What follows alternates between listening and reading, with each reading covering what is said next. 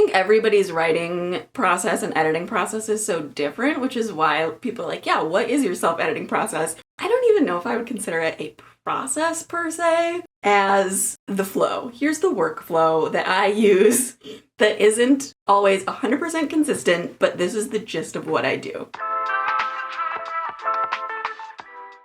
Let's talk about self-editing. Whether you're publishing completely on your own or you just want to polish up your manuscript before you hand it over to an editor, you will have to do some level of self-editing. You can't just turn in a very rough draft to an editor and expect it to come out as a very polished manuscript or published novel. Well, I guess if you're self-publishing, you can, but I would highly recommend not doing that. Highly recommend not doing that at all. Don't do it. Please don't. I wasn't really sure how I wanted to make this video talking about how I self-edit or how I would maybe recommend people get into self-editing. So I watched a YouTube video and the first one that came up was from quite a few years ago. And it started out by saying that a professional editor is required, like no ifs, ands, or buts. And I'm here to tell you that you can do whatever the fuck you want. Especially in self-publishing, nothing is required. You can do whatever you want. I'm gonna go through these kind of steps that I do for self-editing. And you can really take whatever resonates with you, whatever you think is a good idea, whatever you're not doing and you think you should be doing, just take it with a grain of salt. So I'm talking about self-editing because I got the proof copy in for the third book in my series. The other two are back here. But I got this proof copy in and I've been marking it up. So here's, let me trim down my ISO. Down the witch's road. So here is that, and here are some marked up pages that you might be able to see. I was definitely going ham. So as I'm going through Kingdom of Ice and Nightmares and I'm marking up this proof, it's actually one of the last steps that I'm doing. It is almost completely one of the last steps that I'm doing as far as editing. But let's talk about why I self-edit, and then we'll get into kind of the overall process of it.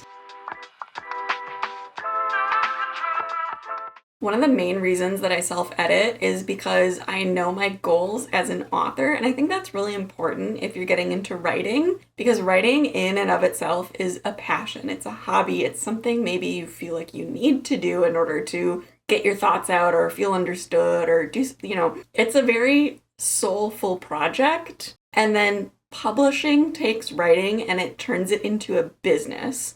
So you need to know what your goals are if you want to publish, if you want to turn this into some kind of a business and you're expecting to make money. And my author goal is pretty much I'm doing it for fun. I'm not doing it to get famous, and I'm not doing it in the hopes that a literary agent comes along and picks up my books and makes me a traditional published author. I'm not doing it as a backup. I'm doing it simply because I like writing, I like cover design, I like putting it out there, and I like marketing. So it's very much just a passion project for me. I want it to be good and I want it to live up to the standards that I put to it, but I don't need it to be winning like a Pulitzer Prize. And the other thing that goes along with that is that I have my own timeline. I have a very small budget. I really don't want to go into any kind of debt in order to publish. And I think if my books get to the point where they make enough money where I would feel very comfortable and at ease hiring some kind of editor, I probably would. It would most likely be a developmental editor, and I'll get to what that means in a minute. So I kind of mentioned in the beginning, but this is my real disclaimer, is that this is what works for me, and you can do whatever you want and whatever works for you. But let's get into the self-editing process, and when I say process, it's kind of just a bunch of steps that are supposed to be a process that I kind of chaotically lump together. First one is writing the dang book, which I think a lot of people have a hard time finishing. Is you start a book and you get a different idea, or you start a book and you don't know how to end it. But the first step, before you edit, you have to write the book. And if you want tips on how to write a book, let me know in the comments and I'll make a video. So writing the book, for me, that usually takes multiple drafts. The shortest one out of the books I have published was Kingdom of Shadow and Ice, and this was 4 drafts, I think, from start to finish. The first book in the series, Kingdom of Ash and Shadow, I believe was up to 6 drafts. And then Kingdom of Ice and Nightmares is on the 8th draft is what is printed in this book. So I'm technically working on draft 9. So every book, every story, and every author has their own process of how many drafts they do, and also what those drafts entail. So for me, drafting is like, I will start a new draft when something changes very drastically, when I'm changing huge plot points, or when I'm changing scenes around entirely. It's a lot of the big developmental things, which we'll get to in a second. And for me, like, people say not to edit as you go, but I kind of do. Like, if I know that a scene for sure needs to be completely changed, I will, and here's a pro tip, close out that document, make a copy of it, and then make that giant change in the next draft. So that is how I get up to like 8 drafts for a book. I think Kingdom of Ice and Nightmares ended up pretty much at its story core, what it is, at draft 5. So if that gives you any idea how many changes I was making, it's quite a few, and they were major changes. But I have found that every once in a while, I'm like, I think there's a line that I really liked in that one. Or, oh, I know that I wanted to cut this scene, but now I want a part of it to appear somewhere else. So it's just really handy to have all of that already there, and then you can go from like a base instead of trying to rewrite it all over again. So you've written the book. However many drafts it's taken you, you've probably poured your blood, sweat, and tears into that bad boy. Time to edit. I'm going to go into editing by explaining the different types of editing, and then I'll go through kind of what I do and how they show up in my editing process. So 3 major types of editing that you'll hear are developmental editing, line editing, and proof editing, or proofreading, whatever you want to call that one.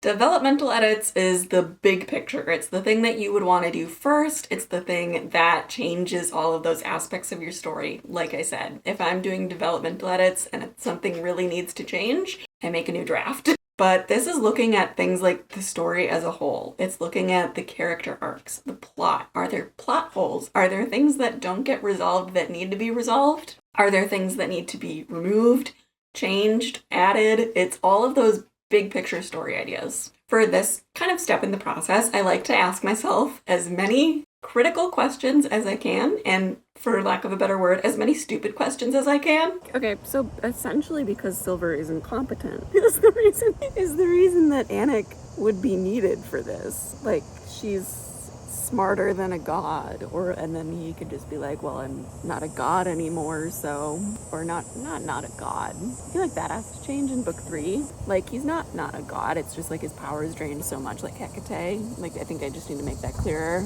So are there scenes that don't feel necessary? Are the characters actually evolving as the story progresses? And more often than not, like, does this make sense? Does that make sense for these characters, for the story, for the setting, for the timeline? And a really good way to get better at asking yourself these really insightful questions, or just plain out questions readers might wonder if you publish this and something doesn't make sense. Honestly, I love watching rant reviews. Reads with Rachel, she does really great rant reviews where she asks these like major questions. Like, I love her rant review of Fourth Wing. She's like, why aren't the dragons just enslaving people if they're all powerful and knowing and they have different gods and all this stuff? I would highly recommend going to watch some of her rant reviews. And another reviewer that I like watching is Honestly Sophie, and I will like tag them or post their handles or something up here, but they're really fun to watch. They ask the questions that I feel like a lot of developmental editors should be asking, or authors as you're developmental editing. Another way that you can get good at kind of spotting errors and flaws in your own manuscript is going to books that are in your genre, or even just really popular books, and looking at the lower star reviews. I'm not saying look at the ones that are trashing the book, 1 star, I hated this thing, why does it exist? Look for the reviews that are like 2 or 3 stars, because normally those people have some pretty valid criticisms. But then if you're doing that, also keep in mind that some people's criticisms are what some people love about the book. I saw a Goodreads review not that long ago where, not about my book, but somebody was pointing out all of the flaws that they hated in this book, and somebody like commented on the review and they were like, literally all of these are the reasons, like, I noticed them, but I love them. So art is subjective, writing is art, but it's a good way to get used to asking yourself some questions about plot and character development and why are things the way they are. For my developmental editing, I also really like looking at what needs to be foreshadowed and what have I mentioned before that I could kind of call back on later in the book. And after I have kind of a really rough draft or certain scenes plotted, I start asking myself these questions, and I'll either make a new document or shove a bunch of bullet points up at the beginning of the document. And then as I'm going through, I can ask myself these questions, or I can drop these bullet points in of, oh, I think this scene needs to happen, but if this scene needs to happen, then this character needs to say something along the lines of this. And then I have to kind of puzzle piece it in wherever it needs to go.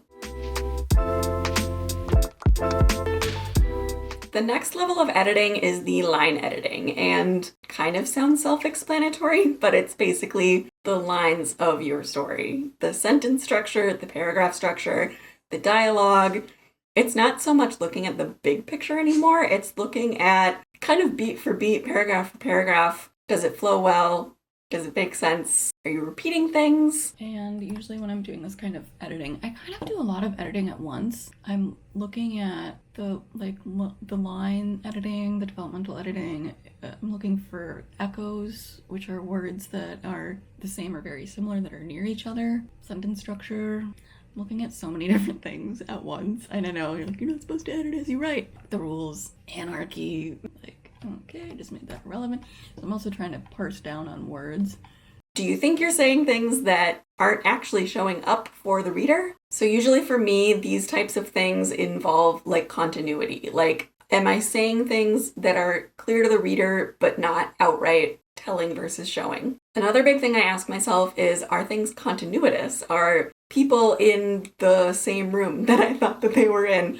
Are they interacting with the room the same way that they should be? If somebody is sitting in a chair and then they say something and the next thing they're doing is jumping on the bed, I'm like, okay, there's a disconnect. I must have thought that I wrote this and then I wrote this and then I mashed it together and it didn't quite work out. So that's a big thing of what I look for. And it's pretty much anything that would take you out of the story. So white room syndrome, if you know, you know. It's basically when your characters are not interacting with the environment. If you want a video about any of this stuff that I'm talking about, please let me know. And then anything else that could really take you out of the story, like choppy dialogue or really, really formal dialogue. I really love writing dialogue and then adding in the action tags and the verbal tags later. So it's kind of like a script, and then I add in what people are doing around that. And I found that it really helps in order to keep the conversation flowing and moving things forward. Other things to watch out for dialogue are does it fit the character's voice? And does each character have their own voice? I don't want all my characters to sound exactly the same. So one of my biggest examples I can give you is Rosalie in Kingdom of Ash and Shadow and in the other books. Rosalie is very focused on the people around her. So she notices clothes and gestures and small movements that people do. So this book is a little bit more detailed. And while Rosalie also talks about her feelings a little bit more on page, Anik is a little bit more guarded, and I think that comes through in this book in Kingdom of Shadow and Ice. One of the things that I even did a little bit intentionally is that in this book, spoiler alert, she has a fated mate, and she doesn't think and internalize a lot about him. She just knows that there's this attraction and that it's a mate thing, and she knows that she loves him and that he cares for her, but she doesn't really question anything about him. Not that he's a bad guy, but that's just her thing, is that she's a lot more guarded, so she doesn't discuss those types of things as much. And then when I'm looking at Kingdom of Ice and Nightmares, Genesis is blind, so she is blind except for some curse stuff that we can get into later, but you'll learn a lot about it actually, and I have an editing vlog coming out about just real time me editing this book. So that'll be interesting. But Genesis is blind, except for when she's not. But even when she is not blind, she's so used to focusing on her other senses that she barely describes the setting around her. I had a beta reader that was like, hey, maybe we could get more detail on people's clothes or the colors or what type of material things are made out of. And I'm like, unless she's touching it or it matters for some reason, she doesn't really care. But then you get other POVs in that book. So Rosalie is intimately describing people's gowns and how they look and how they move, and Genesis is just yeah, cool, I was there. So make sure your characters all have their own unique voices, and make sure that when they're talking, that really comes through. One of the last main things that I do with the line editing is I start to really look for words that I use a lot. Some of the words that I use the most that I know I need to comb out and I go through and I edit it very carefully are seemed and realized. And usually you don't have to say realized, because if the character is mentioning it either out loud or in their head, you can tell that they've realized something. Seemed is another good one, is because depending on the character, either something is or it is not. Unless they have a little bit of unease about something, I think seamed should be used fairly rarely, at least in my case. I'm also looking at really kind of technical things like the sentence length, the sentence composition, paragraph length, paragraph composition. So when I'm doing this line level editing, I like to kind of visually take a look at the page as like a piece of art almost. And I try to notice if there are any echoes. So like words that kind of are sporadically repeated throughout the page that really just draw your eye because there's so many of them. Also looking at the beginning of paragraphs, do all of the paragraphs start with the or I or something similar where if you're writing in first person, it's really easy to start sentences with I did this, I did that, I said. So it's important to go through and change up your sentence structure so that the I isn't just initially drawn to one certain part of the page, and it could be really distracting. I'm also kind of going into a little bit of the proofreading and saying like, okay, do my words, are they all spelled correctly, especially my made up words? So I start looking at some proof stuff while I'm line editing, which is where the chaos comes in. I kind of start line editing while I'm developmental editing, and then I kind of start proofreading while I'm line editing. So I do a lot of editing, and I think the main reason people tell you not to edit as you go while you're drafting is because you can get stuck in this cycle where you keep editing the same page or the same chapter and you don't continue with the story. So if you kind of find yourself stuck in that situation, skip it and move on, honestly. I will just go write the next scene that I'm really excited to write if I'm in more of a drafting phase. But I do like to clean things up as I go so it's not quite as scary when I get to editing. And then proofreading. I think this is the thing that a lot of people really, really hate, and it's the grammar and the punctuation and the spelling. And the thing that I have found that helps the most, besides writing tools like Grammarly, just hitting up a spell check on your document, because honestly, it's caught some really embarrassing spelling errors. But also, you want to make sure that you are checking your spell checker because sometimes it likes to throw in words that don't fit there, even though you spelled the correct word. It's like a grammar checker might be. I'll post my little video here because I had an issue with one. And I don't want to say that word on YouTube because I don't know what's allowed on YouTube. But anyways, check your checkers. But one of the main things that I have found really helpful aside from these tools is having it on paper. I think we get really eye fatigued staring at our manuscript on a screen. So if you have access to a big printer and you can like print it out on 8.5 by 11 paper, or you can get a proof copy from Amazon for however much it costs to print it, plus shipping, it makes a world of difference. I need to figure out a good way to have this open and type. I need to wait, or just maybe I just need to hold it. This is the one thing that I wish I did was like get either like a really big copy that can lay pretty flat, or get like a binder. I think a binder would have been easier. I just did this book. I just did a book. A binder definitely would be easier though. I might do that next time. So that is pretty much my self-editing process. If you have questions about anything I've talked about, literally like if I said a word and you were like, what is that? I can do a little deep dive into it. So let me know in the comments and let me know if this was helpful. I hope it was, because I know how daunting editing can be. And I think if you break it up a little bit into stages, it really helps. And don't worry, if you feel like you suck at it, you get better with practice. The more you read, the more you write, the more you learn. Maybe go take a Skillshare class or something. Sponsor me, Skillshare. But remember that this is your process and you can do whatever the heck you want. Thanks for hanging out with me for this video. I'll see you in the next one. Bye.